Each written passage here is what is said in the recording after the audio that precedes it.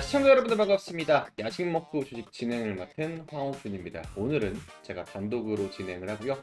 국내 주식 시황과 함께 앞으로 여러분들이 어려운 시장에서 어떠한 종목을 보면 좋을지, 특히나 오늘 국내 증시 정말 중요한 이슈가 나왔죠. 원전 관련된 소식이 나와주면서 건설주 그리고 원전주 훈풍이 불었는데, 이 가운데 수혜가 예상되는 폭발 직전의 기업 한 곳까지 설명을 드리도록 하면서 오늘 국내 증시 이슈부터 빠르게 알아보도록 하겠습니다.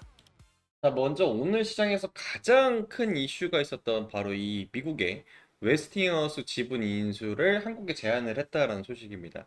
사실 이 소식은 두산에너빌리티 주주라든지 혹은 원전주를 투자하신 분들이라면 이미 다 잘 알고 계실 소식인데요.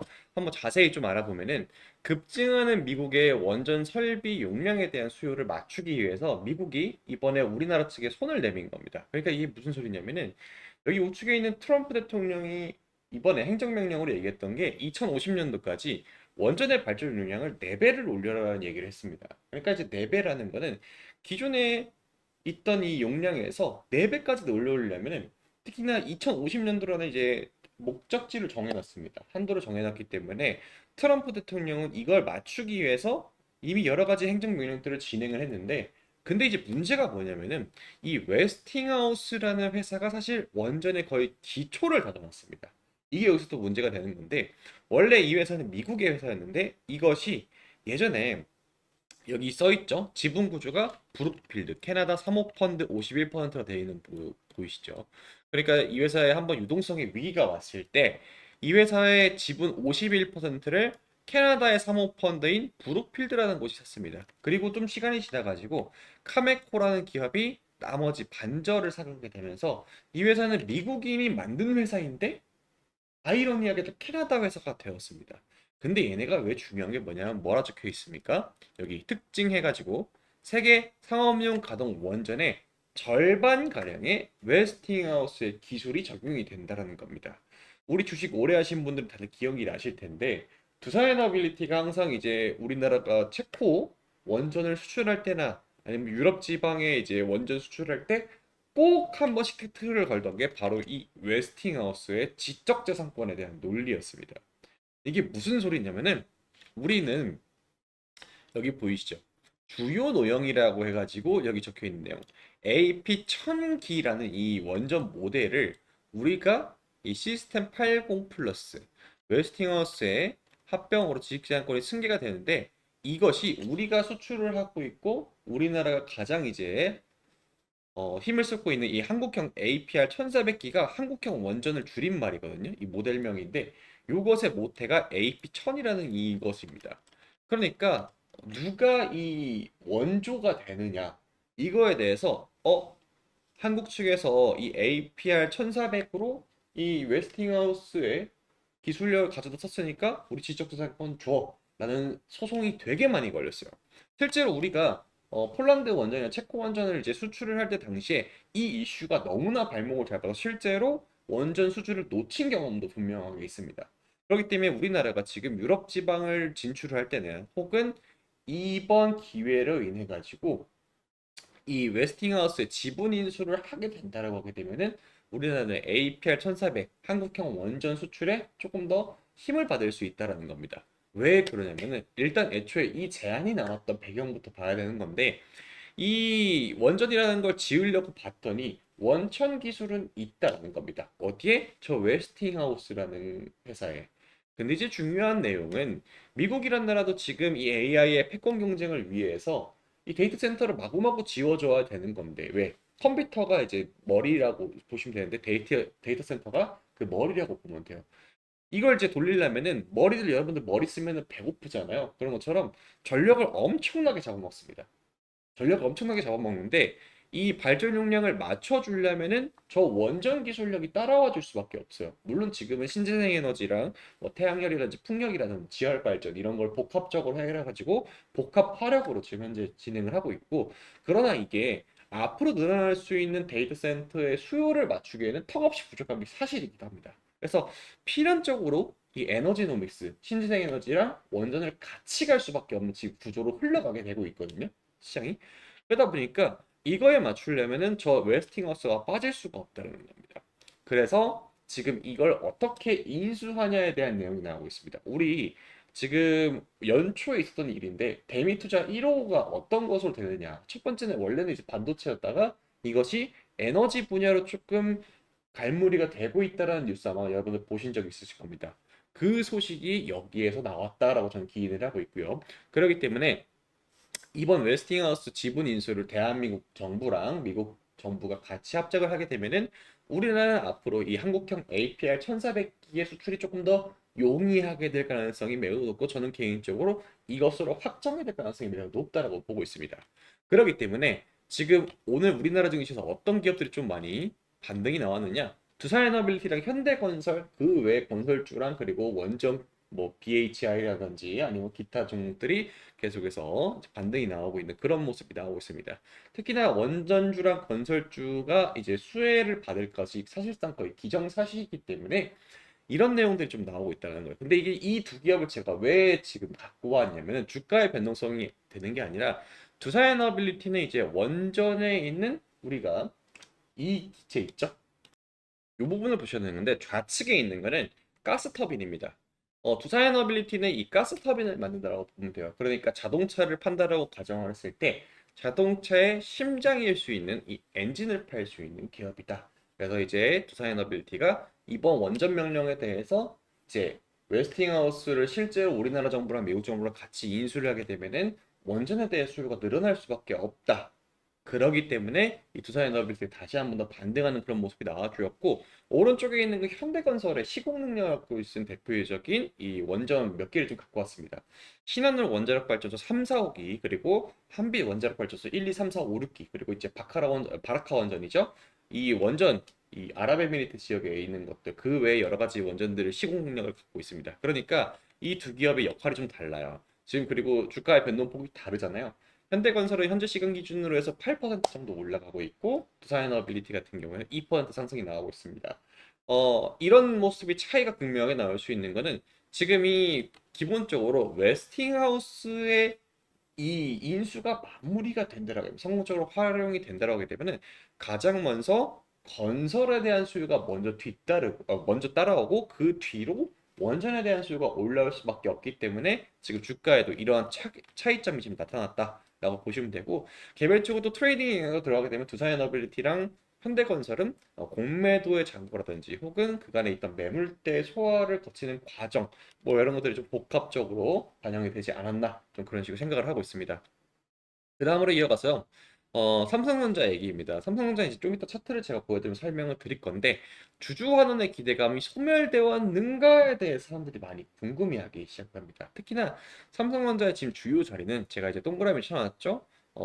어제 이제 강의로 설명을 드렸지만은 이 이동평균선의 비밀이 있습니다. 이건 뒤에서 이어서 설명을 좀 드릴 건데 이 자리가 상당히 중요한 자리입니다. 삼성전자나 하이닉스나 거의 대부분의 종목들, 특히나 우리나라 증시다 거의 대부분이 이런 식으로 21선과 201선 아래에 이제 위치해 있습니다. 대부분의 반도체 종목들, 그간 좀 많이 올랐던 종목들과 거래대금이 터졌던 다른 종목들이 거의 비슷한 형성으로 좀 흘러가게 되는데 이게 이유가 있습니다. 왜 그러냐면은 이 환율에 대해서 여러분들이 좀 봐야 되는 건데 이게 보시는 게 여러분들 환율 차트입니다. 여기에 여러분들 가파르게 내려왔죠. 그러니까 제가 하고 싶은 말이 뭐냐? 원래 환율은 1560원 선 거의 근처까지 왔죠. 그러니까 이게 무슨 소리인지 설명을 좀 드려보자면 1달러를 그러니까 이제 외국인 투자자들이 우리나라 증시에 어마무시하게 많은 영향을 끼치지 않습니까? 근데 1달러 들어와 가지고 1560원으로 환전을 할 수가 있다는 겁니다. 그러면은 이걸 조금 단위를 이해하기 쉽게 늘려서 1000달러를 들고 온 외국인 투자자가 있다라고 가정을 해봅시다. 그럼 이 사람은 156만 원을 환전을 할 수가 있잖아요. 근데 이렇게 들어왔던 외국인 투자자가 우리나라 증시의 성과가 빵 퍼센트라고 가정을 하게 됐을 때 이게 여러분들 1560원에서 1381원까지 오면 마이너스 11% 수준이거든요. 그럼 이 사람은 얼마나 손해를 본 것이냐? 다시 이걸 환전해서 나간다라고 가정을 하게 되면은 지금 이 돈은 138만 1000원으로 내려와 있겠죠? 이런 식으로 내려와 있던 겁니다. 그러면 이 사람은 앉은 자리에서 손해를 보게 되는 거가 되겠죠.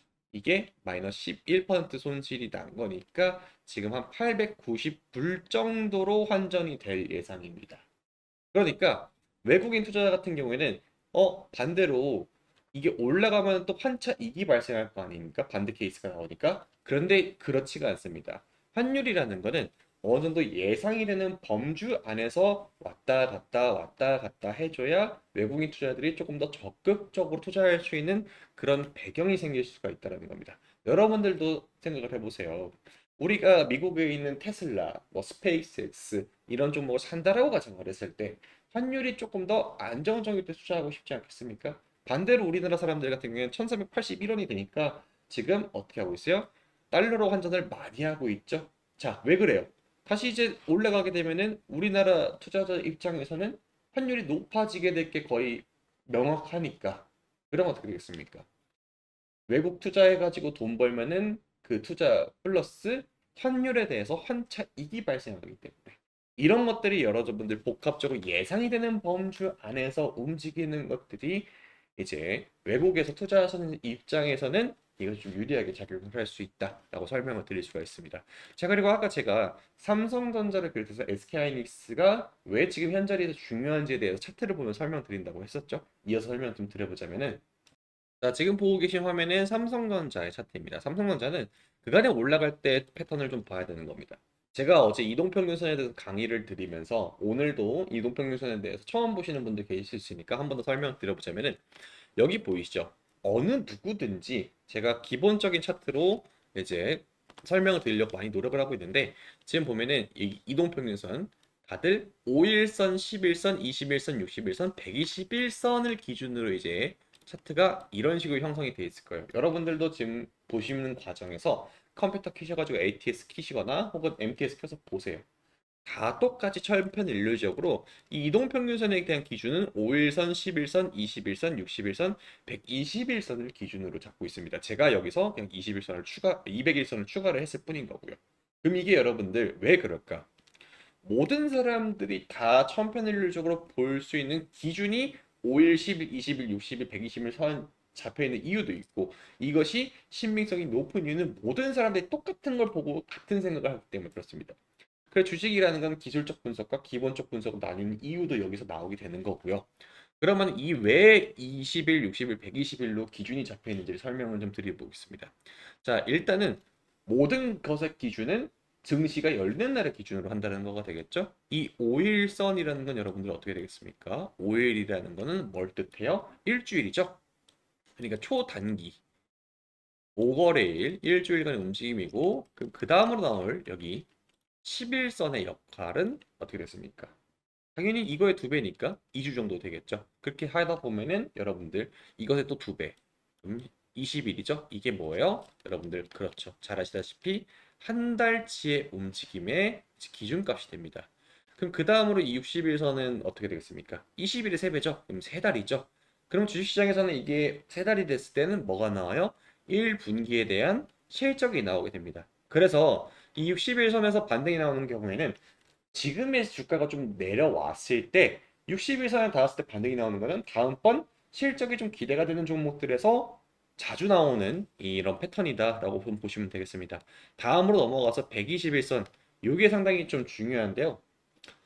초장기적으로 이제 계속해서 하락 추세를 맞던 종목들이 121선에서 반등이 나오는 회색선에서 반등이 나오는 케이스는 반기 보고서가 나와서 그렇습니다. 그럼 여기까지 이해가 되는데 여러분들 이 201선 처음 보시는 분들 정말 많으실 겁니다. 이 처음 보시는 분들을 위해서 제가 조금 이따 삼성전자를 예를 들어 설명드릴 건데 이 검정색 선입니다. 이건 제가 임의대로 추가를 한 거고 여러분들 추가를 할 수가 있는 게 키움증권 기준으로 해서 우측 클릭하신 다음에 지표 추가를 눌러주세요. 그래서 가격 이동평균을 둘러서 더블 클릭을 하게 되면 이 창이 나옵니다. 여기서 기간 첫 번째 거를 200일로 바꾸고요. 라인 설정 들어가서 이것만 보이면 되니까 200일로 놔두고 저는 이것이 원래는 여러분들 아마 뭐 다른 색으로 되어 있을 건데 검정색 선으로 바꾸고 3포인트로 굳게 표시할 수 있게 설정하면 이런 식으로 저랑 똑같이 볼 수가 있습니다. 그럼 왜 이렇게 설정을 하느냐? 이 200일선은 1년을 기준입니다. 그러니까 지금 삼성전자라는 회사가 어떻게 됐어요? AI 랠리를 포함을 해가지고 지금 바닥에서부터 어마무시하게 초장기 상승이 나왔습니다. 바닥에서 거의 5배 가까이 올라갔던 종목입니다. 근데 지금 이렇게 올라가는 과정에서 보세요, 여러분들. 어디 장기 이동평균선에 닿은 적이 있었습니까? 없었습니다. 근데 이번에 시장에 조정이 나왔죠? 되게 가파르고 빠른 속도로 사이드카도 역대급으로 역사상 많은 수준으로 걸렸잖아요. 그러다 보니까 이 친구가 어디까지 밀렸어요? 이 201선 선까지 밀렸다라는 겁니다. 이 라인 보이시죠? 근데 이 라인에서 캔들의 모습이 어떻게 돼요, 여러분들? 여기 보이시죠? 이 캔들, 이거. 요런 모습이 나왔잖아요. 이 파랑색. 이것이 그리는 바가 의미가 있다는 겁니다. 지금 이렇게 돼 있고 이렇게 이제 몸통 이게 파란색이라 생각해 주시고 이렇게 돼 있잖아요. 요게 이게 뭐냐면은 지금 음봉으로 지금 마감이 되어 있는데 이 아랫단에서 뭐가 들어왔다는 거예요. 적극적인 매수가 들어왔다는 겁니다. 적극적인 매수. 그러니까 삼성전자가 1년이란 기간 동안을 내려봤을 때 이 정도 자리가 밀렸다라고 하게 되면은 어느 정도 유의미한 조정은 이미 나왔다. 라고 판단을 하는 사람들이 많이 있다는 겁니다. 그래서 이게 반등이 몇 퍼센트가 나온 거예요? 정확히 저점 대비해 가지고 오늘 현재가 기준으로 해서 아직도 30%, 삼성전자 기준 30%가 반등이 나왔다라는 겁니다.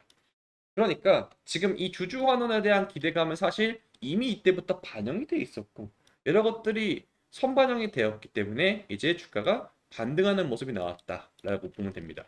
근데 가끔가다 그러신 분들이 있을 거예요. 급락이 나왔기 때문에 급등도 나올 가능성이 있는데 왜 여기서 이런 식으로 가고 있느냐가 중요하게 되는 거가 되겠죠. 이것도 매물대가 상당히 중요하다는 겁니다.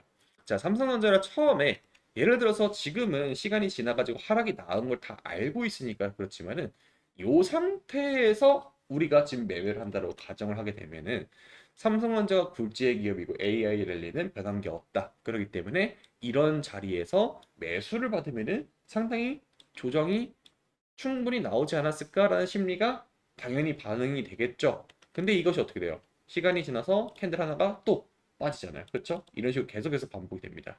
그래서 이걸 놓고 봤을 때 중요한 지지 라인들, 이런 초록색 선 있죠? 이게 여러분들 뭐라고 했어요? 아까도 설명드렸던 60일선입니다.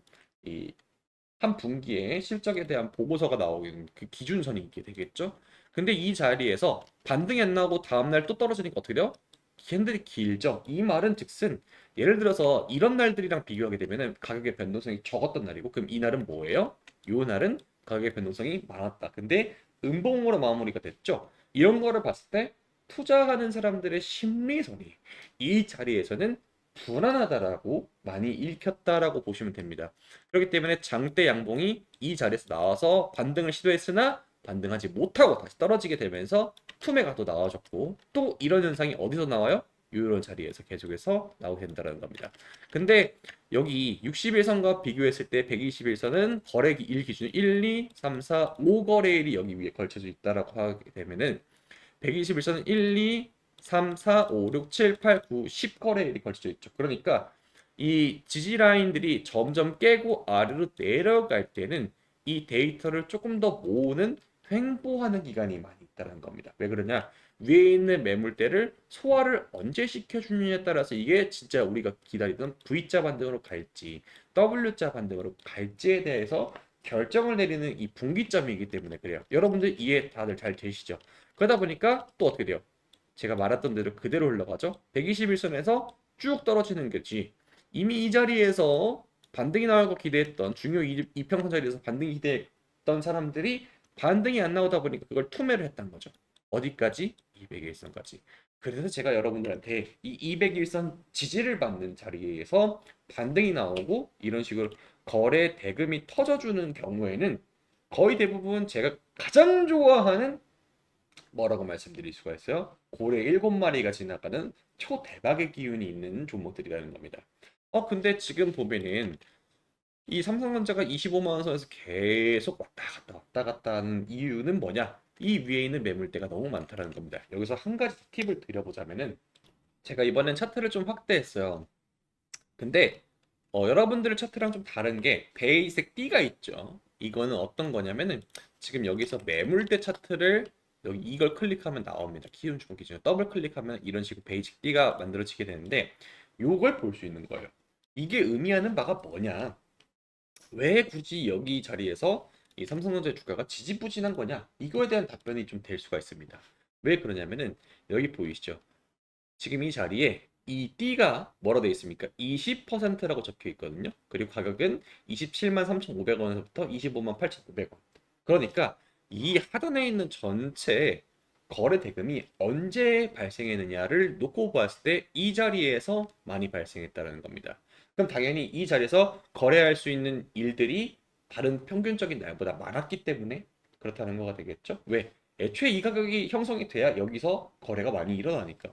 그러다 보니까 이 가격에서는 사람들의 심리가 많이 충돌하게 되겠죠. 나는 여기 자리에서 삼성전자가 떨어질 것 같아라고 생각하는 사람들이 분명히 있을 것이고, 나는 이 자리에서 삼성전자가 상승할 것 같은데 라고 생각하는 사람들이 많을 겁니다.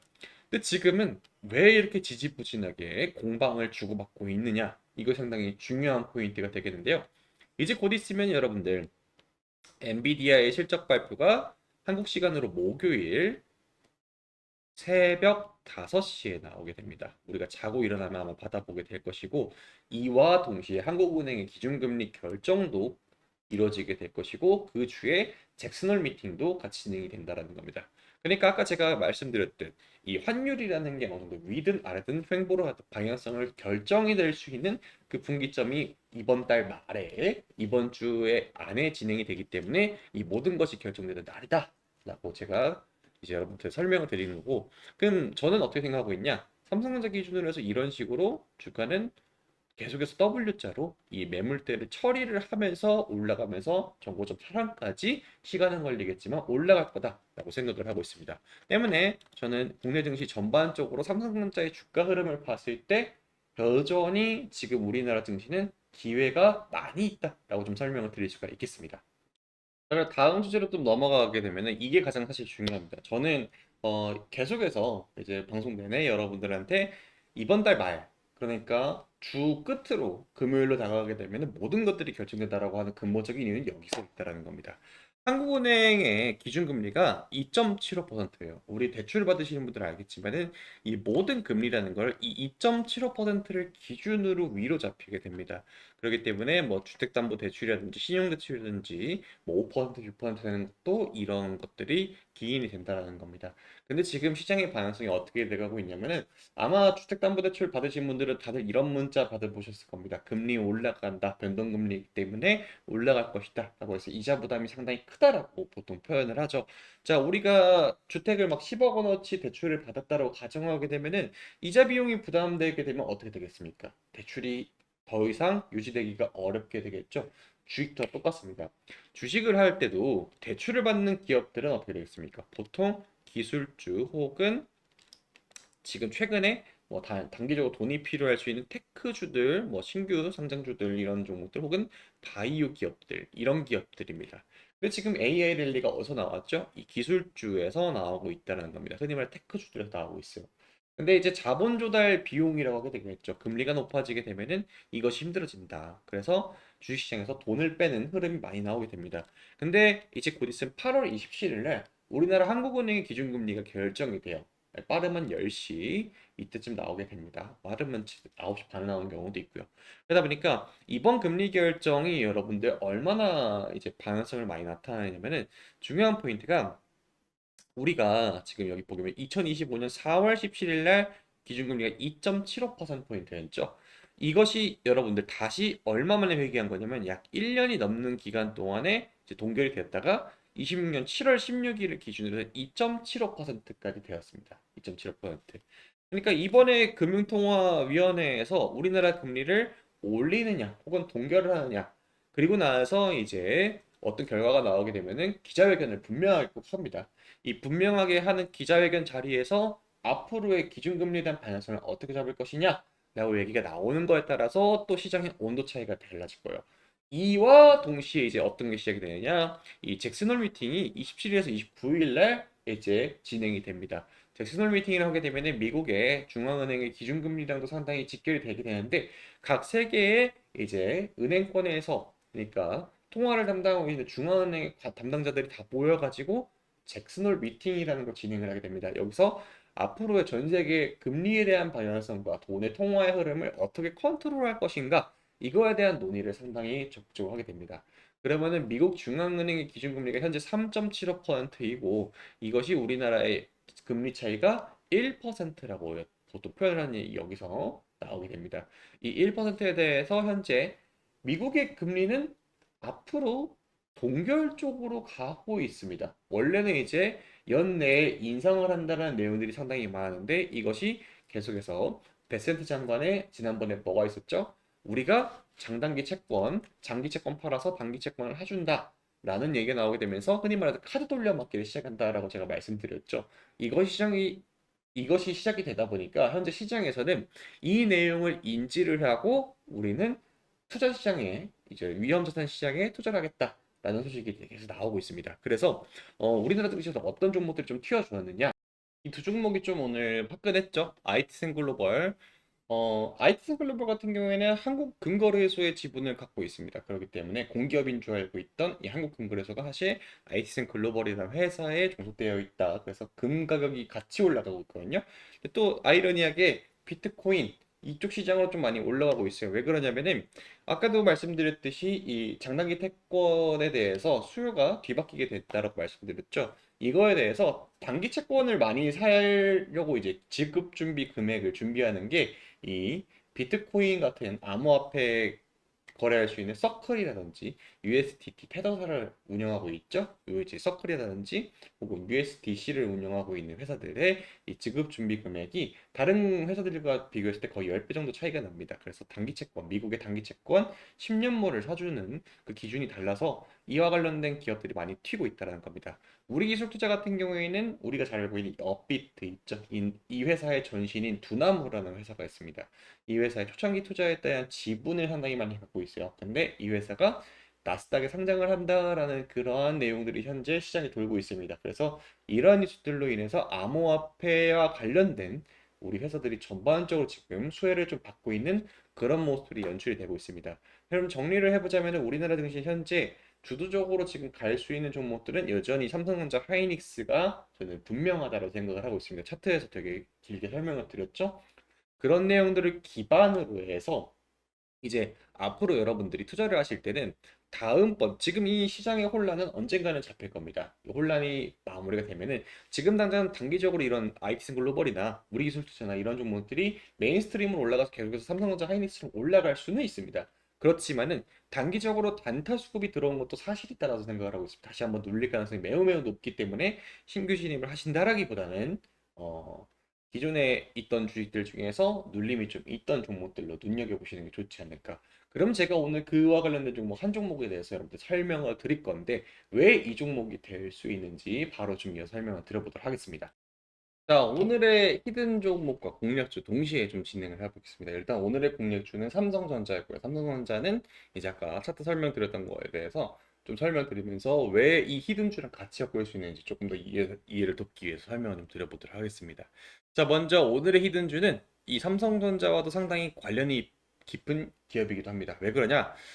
지금 제가 지난번에도 방송에서도 그랬고 저의 이제 투자에 대한 모토 자체가 우리 너무 불안정하잖아요. 시장에 어떤 걸 투자를 할 때 트럼프, 우리나라 대통령도 아니고 미국의 대통령의 이제 개인 소셜 네트워크를 참고를 하게 되면서 도대체 어떻게 투자를 해야 되는지 감도 잡기 어렵고 시간대도 뭐 밤에 새벽대에 우리가 대응할 수 없는 상황에서 나와버리니까 이 뉴스를 쫓아가기 어렵지 않습니까? 그렇기 때문에 저는 항상 투자를 할 때 우리가 실제로 확실하게 투자할 수 있는 투자처에 베팅을 하자라는 그런 주의입니다. 그런데 우리나라 현재 지금 방향성은 우리나라 현재 정부도 AI, 한국형 AI를 만들겠다가 제1의 목표이기도 하고 이 AI를 만들기 위해선 데이터 센터를 여러 가지를 지어야 되고 그와 동시에 기존에 이 데이터 센터를 지을 수 있고 우리나라 국가 단위로 투자할 수 있는 애초에 재원을 만들기 위해서 현재 지금 잘 팔리고 있는 반도체에 집중을 하자라는 이 계획을 세웠습니다.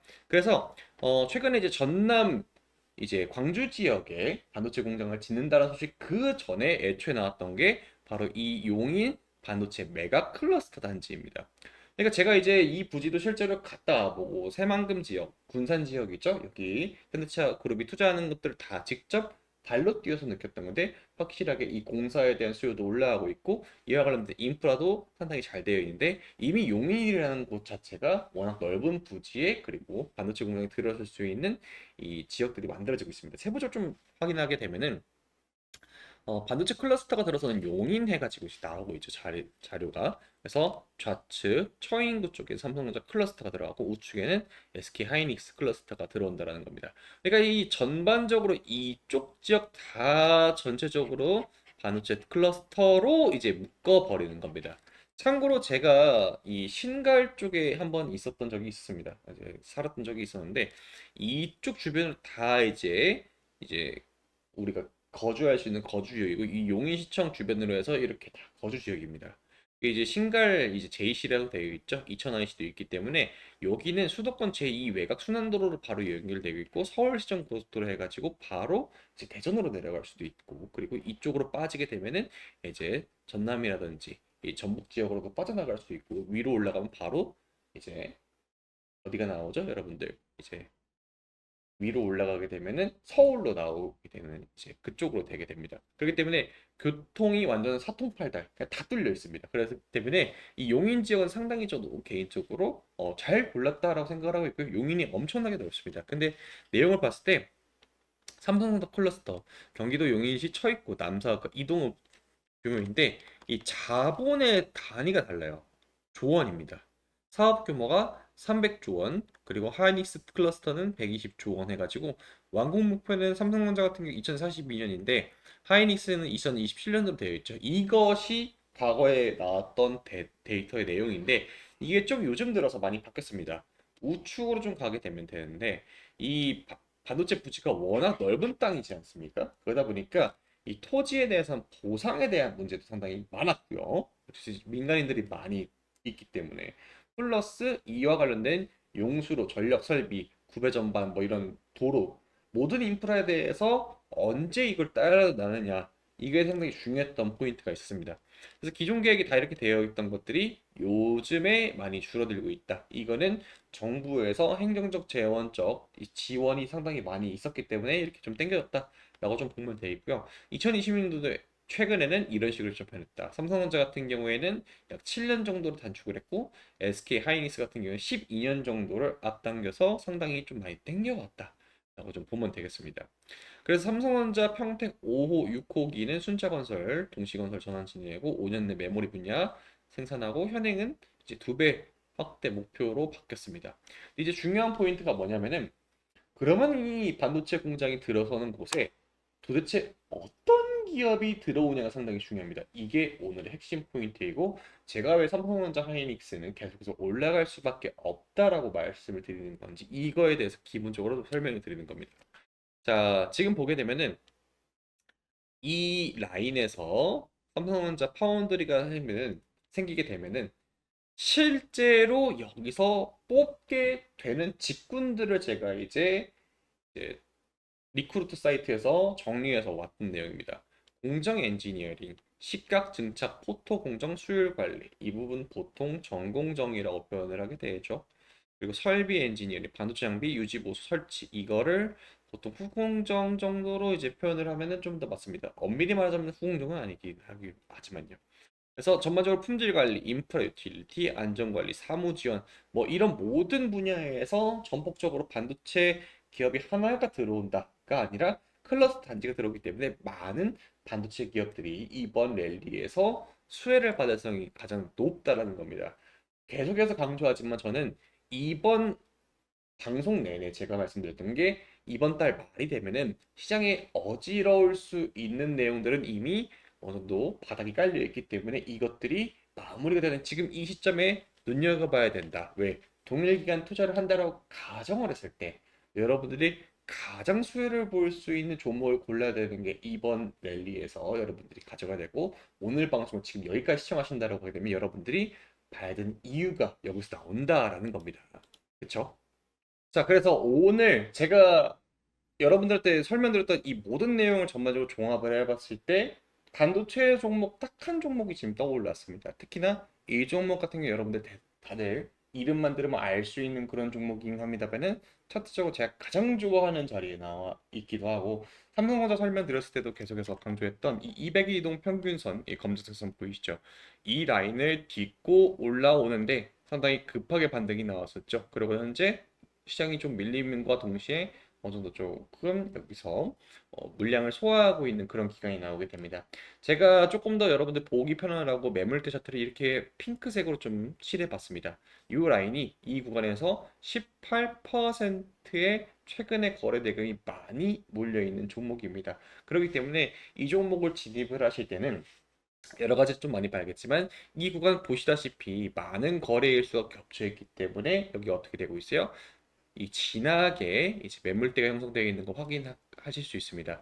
근데 중요한 포인트는 이거 조금 이따 차트로 넘어가 설명을 좀 자세히 드릴 건데 이 종목의 특징이 뭐냐면은 계속해서 반도체 종목들이 올라갈 때 이 친구도 같이 올라갈 수 있어요. 그러니까 아까도 설명드렸을 때 이 내용을 여러분들 뭐라 설명드렸어요? 이 반도체 공정이 들어오게 된다라고 보게 되죠. 오늘 설명드린 이 히든 종목 같은 경우에는 이 전공정에 해당하는 이제 증착 장비를 이제 만들어내는 그런 회사입니다. 요 회사인데 이 회사 같은 경우에는 이제 우리가 반도체 종목들에 대해서 이번 랠리가 나왔을 때 잘 생각을 했다는 거예요. 특히나 삼성전자나 이제 하이닉스가 이 용인에 투자했다는 건 이미 자원이 투입이 됐기 때문에 확정이 난 내용이지 않습니까? 그렇기 때문에 이번에 호남 반도체 랠리가 나왔을 때 차이점과 명확하게 여러분들 구분을 하셔야 된다는 거예요. 호남 반도체 클러스터 랠리가 나왔을 때는 금호건설과 금호타이어라든지 이 광주 군공항 부지에 대해서 지분을 갖고 있는 이 회사들이 조금 떴던 반면에 이번에 SK하이닉스랑 삼성전자가 용인에 투자한다는 것은 100% 확정이 되어 있는 내용이기 때문에 이와 관련돼서 실제로 들어갈 수 있고 실제로 이제 리크루트 사이트에서 직군을 뽑는 내용들이 나와 있는 이런 기업들 그 중에서도 주식으로도 이제 봤을 때 단기적으로 반도체 종목들이 다시 한번 반등이 나왔을 때 같이 폭발적인 포텐셜을 갖고 있는 그런 기업들이 저는 더 치고 올라갈 거라고 생각을 하고 있습니다. 그래서 이 종목의 차트를 다시 한번 더 차트로 넘어 설명 좀 드려보자면은 자, 오늘의 히든 종목입니다. 여기 보시게 되면은 지금 오늘 장에서 조금 탄력을 많이 받았습니다. 특히나 제가 가장 좋아한다고 말씀드렸던 여기 201선 자리에서 이런 식으로 올라오고 있죠. 특히나 이렇게 올라오는 과정에서 급락이 나왔던 부분은 급등으로 말아 올리는 게 거의 보통 대부분의 이제 주식들이 패턴입니다. 그리고 이제 올라갔을 때 이런 식으로 추가적으로 바로 전고점을 탈환을 하는, 그러니까 하락의 거의 초창기 부분까지 돌아가는 경우는 거의 없습니다. 한번 이렇게 매물을 소화하는 구간이 나와주고 있고, 오히려 이렇게 나와줘야만 주식이 더 오랫동안 상승을 할 수 있는 그런 동력이 나오게 됩니다. 왜 이렇게 이제 올라가고 있느냐를 근본적으로 생각하게 되면 이 회사도 이제 반도체 수주가 계속 늘어나게 된다라고 하게 되면 우리나라 반도체 되게 많이 팔리고 있잖아요. 그래서 그런 내용들을 기반으로 봤을 때 이 친구도 같이 따라갈 수밖에 없는 그런 운명을 좀 갖고 있습니다.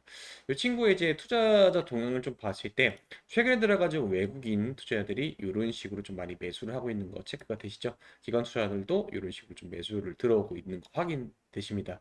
중요한 포인트는 지금 주도적으로 매수하고 있는 섹터가 이 주체가 외국인 투자자라는 건데 이게 단위가 여러분들 얼마예요? 단위가 100만 원입니다.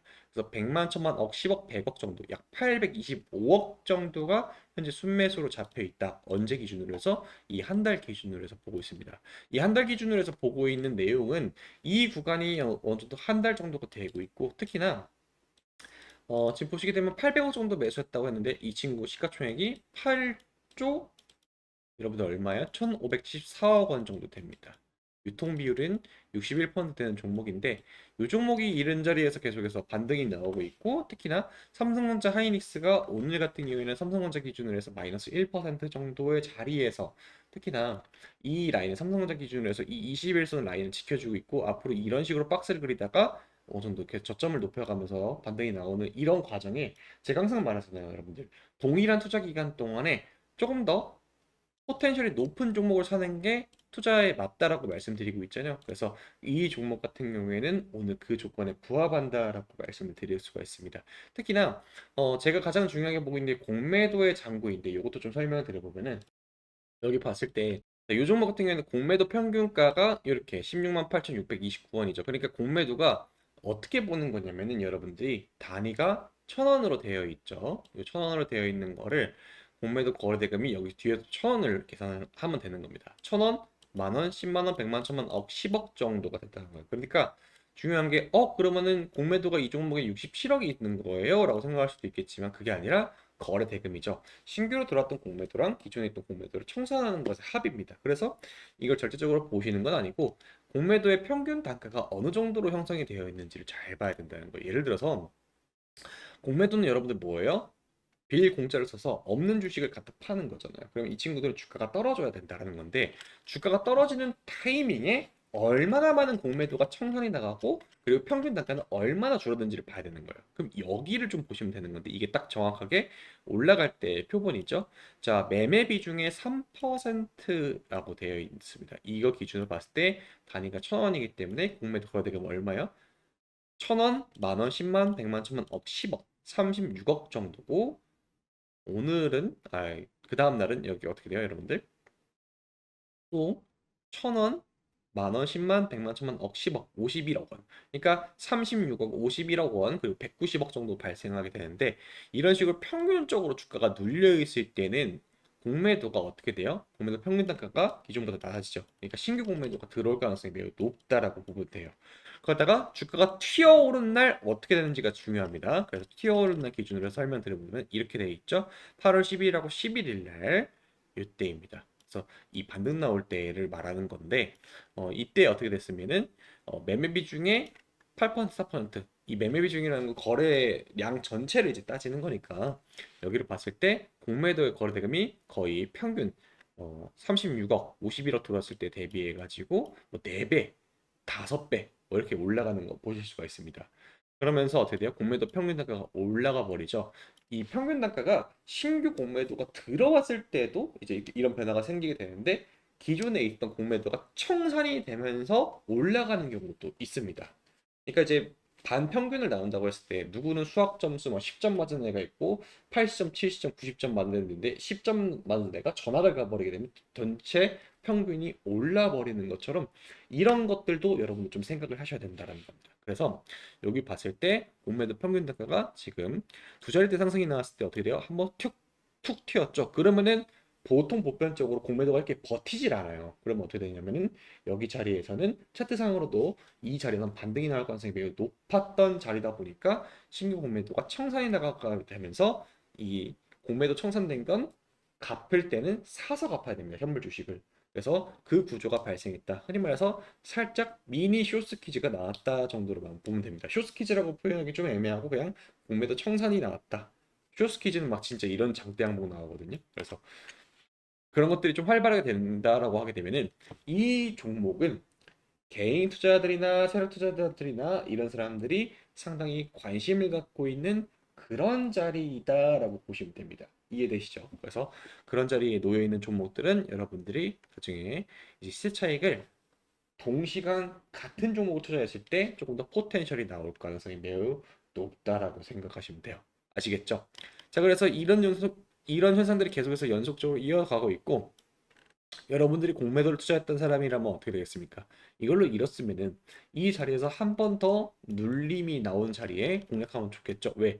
정석에 가깝게 지금 조정과 이제 반등이 나와주고 있는 그런 상황이죠. 그래서 조정이 여기 자리에서 나올 수 있는 건 어느 정도 예상이 되죠. 왜? 하락이 여기 시작됐으니까 이 라인에서 매물이 많이 모여 있죠. 특히나 여기 보시게 되면 매물 차트 기준으로 해서 15.6%의 거래대금이 여기서 발생했죠. 그렇기 때문에 요 라인에서 다시 한번 치고 올라갈 때 짧게 숏을 칠 수 있다. 공매도를 누를 수 있다. 근데 오늘 기준으로 해서 또 다시 주가가 올라가고 있으니까 이것이 한 번 더 공매도가 많이 쌓여 있다라고 하게 되면 여기서 한 번 더 공매도가 청산이 나가게 되면서 이런 식으로 올라갈 가능성이 매우 높다라고 볼 수 있다라는 거가 되겠죠. 자, 그러면은 다음번 이 저항은 어디서 형성이 될 가능성이 높냐? 아마 이 22만 원 요 자리에서 나올 가능성이 매우 높다. 그렇기 때문에 저는 개인적으로 시간이 조금 필요할 거라 생각해요. 오늘 뭐 올라갔던 것이 내일 안 올라가고 반대로 갈 수도 있겠지만은 이런 식으로 천천히 계단식으로 올라가게 되면서 이제 거래량이 폭발하면서 올라가는 그런 그림을 그릴 수 있는 가장 이상적인 자리이지 않나라고 생각을 하고 있습니다. 그래서 오늘의 요 여러분들한테 히든 종목으로 알려드린 종목의 공매도 그리고 이제 매매 동향에 대해 설명드렸고, 그리고 중요한 포인트가 오늘 우리나라 전반적인 수급의 변화를 좀 보셔야 되는데, 보시게 되면은 여기 투자자 매매 동향 봤을 때 코스피 코스닥 해가지고 오늘 오전장까지의 이제 데이터거든요. 여기 보시게 되면은 개인 투자들이 1조 2천억 원 사줬고 외국인은 2.8조 원 정도, 여기 단위는 억입니다. 그렇기 때문에 여기 네 자리까지는 1,000억 원대고 이부터는 억이라는 걸 여러분들 보실 수 있을 건데, 오늘은 딱히 뭐 공격적인 투자를 하지 않습니다. 왜 그러냐면은 전반적으로 다 지금 휴가 시즌이기 때문에 매매를 본격적으로 좀 하지 않습니다. 특히나 고객 예탁금 자체도 많이 줄었어요. 이제 우리가 한창 막 삼성전자 하이닉스가 막 치고 올라갔을 때는 고객 예탁금이 150조 정도 됐었습니다. 참고로 여러분들, 우리 코로나19 팬데믹 기간 동안에 그렇게 불장이었던 것 같은데 거기 고객 예탁금이 50조 원이 평균이었어요. 그러니까 이걸 기준으로 봤을 때 얼마나 현재 시장이 조금 활활 타올랐고, 그리고 지금 어느 정도 좀 잠잠해지고 있는 그런 과정이다라는 걸 여러분들 좀 이해하시면 될 것 같고, 전반적으로 이제 나스닥 증시의 방향성과 그리고 필라델피아 반도체 지수 많이 빠졌죠. AI 랠리가 계속해서 여러분들 진행이 되고, 전체적으로 삼성전자 하이닉스 그리고 오늘의 히든 종목까지 시장이 흘러가면서 시장이 AI 주도로 시작이 됐던 게, 이게 예를 들어서 삼성전자에서 만들었던 칩이 정말 크리티컬한 문제가 생겨가지고 뭐 엔비디아라든지 아니면 다른 회사들이 이 파트너십을 끊는다거나 계약을 종료한다거나 이런 뉴스가 나오지 않는다라고 하게 되면 여러분들 지속적으로 이런 종목들은 홀딩을 하고 그대로 끌고 가시면 되겠습니다. 그러니까 전반적으로 오늘의 말씀드렸던 종목도 저는 만약에 이번 주 내내 뭐 예를 들어서 횡보를 한다고 하면 오히려 더 베스트 시나리오가 되지 않을까. 물론 여기서 당장 내일 갑자기 제가 오늘 방송에서 말씀드리고 나서 장대 항봉 만들어내고 상한가를 간다라면 더할 나위 없이 좋긴 하겠습니다만은, 그럴 확률보다는 이 구간에서 왔다 가면서 여기 있던 박스권 이 라인, 이 라인 돌파가 나오게 됐을 때 공매도들 어떻게 청산하고 되는 건지, 그리고 외국인 투자자든지 기관 투자자들, 더 나아가서 개인 투자들이 추가적으로 매수를 하는지가 상당히 중요한 자리가 됩니다. 일단은 이 종목이 어디까지 많이 내려왔었냐면 이 라인까지 내려왔었죠. 2026년 7월 30일 날 이 자리에서 내려왔었는데, 이 라인이 저는 보통 이런 식으로 주식이 한 번씩 폭등한다, 이 자리에서 폭등 한번 했잖아요. 이게 레벨업입니다. 이렇게 레벨업 했을 때 이 자리가 이 회사의 거의 바닥을 점지해 주는 가능성이 높아요. 여러분 생각을 해보세요. 이런 시가총액이 조 단위가 넘는 종목을 일부 개인 투자들이 만들어낼 수가 있습니까? 아닙니다. 외국인이나 기관 투자들이 이 회사에 대해서, 미래에 대해서 방향성을 보고 강력하게 베팅이 나갔을 때 보통 이러한 상한가가 나오게 됩니다. 그렇게 되면 이 라인이 바닥이 되고, 이번에 바닥이라고 생각할 수 있는 이 지점 거의 200일선 근처까지 조정이 나왔다가 다시 한번 튀어 올라오는 그 과정이 있고, 오늘 이 종목을 여러분들이 잡아가신다라고 하게 되면은 저는 충분히 이번 랠리가 마무리가 됐을 때 여러분들이 정말 좋은 수익으로 더 좋은 결과물이 나올 가능성이 매우 높은 종목이라고 생각을 하고 있습니다. 때문에 이 종목 여러분들 꼭 놓치지 마시고, 자세한 가격 전략과 제가 시간 관계상 더 디테일하게 설명드리지 못했고, 오늘은 히든 종목이기 때문에 종목명을 좀 비공개를 해놨으나, 이 내용에 대해서 조금 더 자세히 알고 싶으신 분들은 여러분들 바닥에 나오고 있고 상단에도 계속 노출되고 있죠. 공부방 들어오시면은 제가 조금 더 디테일하게 가격 전략이라든지 이 종목 어떻게 해야 되는지 좋은지 제가 여러분들 좀 더 설명드릴 테니까 공부방 많이 이용하시면 좋을 것 같고요. 오늘 준비한 내용은 여기서 마무리 짓도록 하겠습니다. 다음번에 더 유익하고 알찬 소식으로 인사드리도록 하겠습니다. 시청해주셔서 여러분들 너무나 감사합니다.